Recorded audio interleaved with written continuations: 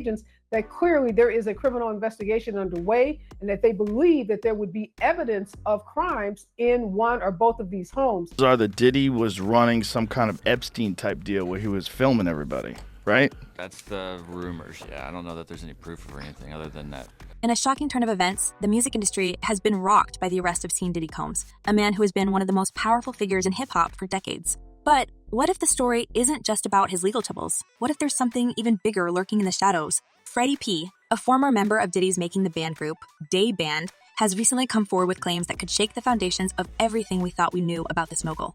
According to Freddy, what the public knows so far is only the tip of the iceberg, and the real story is much darker than anyone could imagine. My guy, Freddy P, man. Let's get right into it. Diddy, he got indicted. How you feel about that? It was a surprise to me, bro. I ain't even gonna lie to you. For those unfamiliar with the name, Freddy P was one of the standout members of Day Band, a group formed by Diddy on his reality TV show Making the Band 2, which aired in the early 2000s. The show was a cultural phenomenon, giving viewers a glimpse behind the scenes of the music industry and the often grueling process of building a successful group. But for Freddy P, his experience with Diddy was far from a dream come true. In fact, he claimed it was a nightmare filled with manipulation, threats, and much more. It's just long overdue. Like, for a while, it made me kind of question, like, damn, you know? Freddy P recently broke his silence in an interview with The Art of Dialogue, where he revealed some alarming details about his time working with Diddy. According to Freddy, Diddy didn't just control the careers of the artists under his label. He controlled their lives. Freddy describes a man who used his power and influence to manipulate vulnerable individuals, often preying on those who were struggling financially or emotionally. He preys on you, Freddy stated. He explained how many artists, after their initial fame fades, find themselves in difficult situations, and that's when Diddy would allegedly step in, offering them help, but at a price. It's to the point where it felt like they forced the feds to do their job. He forced the feds to do their job, because if they didn't do it, everybody looking at them like, what, do you exist? Freddy's revelations are eye-opening, to say the least. He talked about incidents where Diddy allegedly approached young men with inappropriate propositions. Freddy recalls one such instance where he witnessed behavior that left him stunned. He said it may be common nowadays, but for a man to walk up and slap you on the back and say, "Come to my room," that's not normal. He added that this wasn't an isolated event. It happened repeatedly, and Freddy wasn't the only one who noticed. In fact, according to Freddy, many of the artists in Diddy's circle were aware of these actions, but they stayed quiet because they felt trapped. Replete with very, very serious and salacious allegations, including allegations that Combs had cameras throughout his home. What's even more alarming is that Freddy claims these incidents weren't just behind closed doors. He suggested that Diddy would often make such inappropriate remarks in public, with people around, but no one daring to speak out. The sense of fear and intimidation was palpable, and Freddy described it as an open secret in the industry. According to him, many aspiring artists and producers chose to look the other way, either out of fear of damaging their careers or because they didn't want to get involved. Freddy said everyone around him saw it, but nobody was willing to take the risk of standing up to him. I had a lot of hatred toward him, but it was about financial reasons. When it comes to this subject, it's very sensitive to me because there's a lot of victims in here. As Freddy described, the culture Diddy cultivated was one of control and exploitation. Freddy even pointed out that many of the people who stayed close to Diddy were in precarious situations themselves, dependent on him for money, opportunities, or connections. He explained how Diddy would use his influence to manipulate artists, dangling the promise of success just out of reach while keeping them locked in a cycle of dependence. He had a way of making you feel like you needed him, Freddy shared. You'd think, if I leave, I'll lose everything.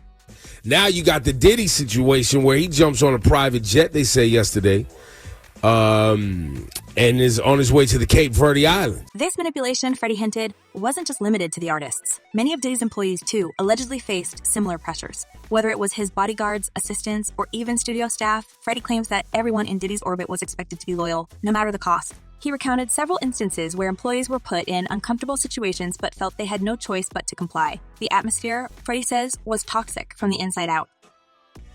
A lot of stuff that I know, like I knew a lot of stuff that came out this week we was talking about. I was like, man, I been knew that. What's even more disturbing is that Freddy suggests Diddy has been able to maintain his empire for so long by making sure that the people around him were too scared to speak out. He recounted a specific confrontation between him and Diddy, where the mogul allegedly threatened to buy every house on Freddy's block and ensure that he was popped every time he stepped out of his home.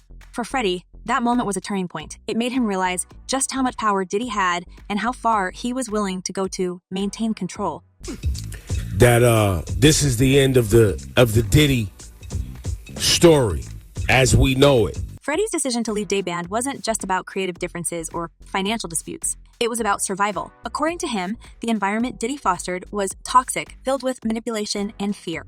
Freddy even admitted that at one point, he considered taking drastic measures to escape the situation, but thankfully, he chose to walk away instead. Had clients describe NBC as hell, as the worst conditions they've been in. Now, as Diddy sits behind bars, Freddy's words take on a new level of significance. The mogul was recently arrested on charges that have sent shockwaves through the entertainment world. But according to Freddy, the public has only seen a fraction of the truth. In his interview, Freddy hinted that more revelations are coming, not just from him, but from others who have remained silent for years. He even teased that a Netflix documentary, currently in production, could expose even more of Diddy's dark secrets. It's hard to imagine that someone like Diddy, who has been at the top of the music industry for so long, could have hidden so much for so many years. But when you listen to Freddie P's account, it becomes clear that there is a pattern of behavior that has gone unchecked for far too long. Freddy described how Diddy would surround himself with people who were vulnerable, people who needed him, whether for financial reasons or career aspirations. And once they were in his orbit, they felt they couldn't escape. Dawn had the choice to file the case as a Jane Doe, and she chose not to do that. After giving it a fair amount of thought, she wants accountability. What's truly chilling about Freddy's story is that he's not the only one speaking out. In recent months, a wave of lawsuits has been filed against Diddy, many of them echoing the claims that Freddy has made. These lawsuits detail years of alleged mistreatment and exploitation, painting a picture of a man who used his power to get what he wanted, no matter the cost. As more information comes to light, experts are weighing in on what this could mean for Diddy's future. Some are even suggesting that the charges he's facing could lead to a life sentence. And if that weren't enough, there are whispers that the punishment could be even more severe, depending on what else is uncovered. It's a stunning fall from grace for a man who was once seen as the king of hip-hop. With this newest lawsuit, this would probably only expedite or increase the amount of allegations and potential witnesses who could testify against Sean Combs. Diddy is currently being held at the Metropolitan Detention Center in Brooklyn, a far cry from the luxurious life he's used to. The conditions at this facility have been described as harsh, to say the least. Inmates are often subjected to extreme heat or cold, and the prison has been plagued by allegations of corruption and violence. For someone like Diddy, who has lived a life of excess, adjusting to this environment must be a jarring experience. Legal analysts have been quick to point out that Diddy's wealth and influence might not be enough to save him this time. While in the past, he's been able to settle lawsuits out of court, the criminal charges he's facing now are much more serious. And with so many people coming forward, it's becoming increasingly difficult for Diddy to maintain his innocence in the eyes of the public. Fans have been quick to voice their opinions on social media, and the reactions have been mixed. Some are standing by Diddy, insisting that the charges are part of a larger conspiracy to bring down a powerful black man. Others, however, are less sympathetic. One fan commented, "What's funny to me is everybody is coming out for their 15 minutes of fame, suggesting that some of the accusations might be exaggerated or opportunistic." But another fan offered a different perspective, saying that's the perfect way to define Puff, a mediator. Back in the days, they had him pegged as the dopest producer of that time, but he was mostly only using less well-known producers' stuff and putting his name on it. His main game was building artists, brands. This comment highlights a growing sentiment among some fans that Diddy's success might have been built on the backs of others. It's clear that public opinion is divided, but as more information comes to light, the tide could turn either way. The entertainment world is watching closely to see what happens next, and there's no doubt that this is a story that will continue to unfold in the weeks and months to come.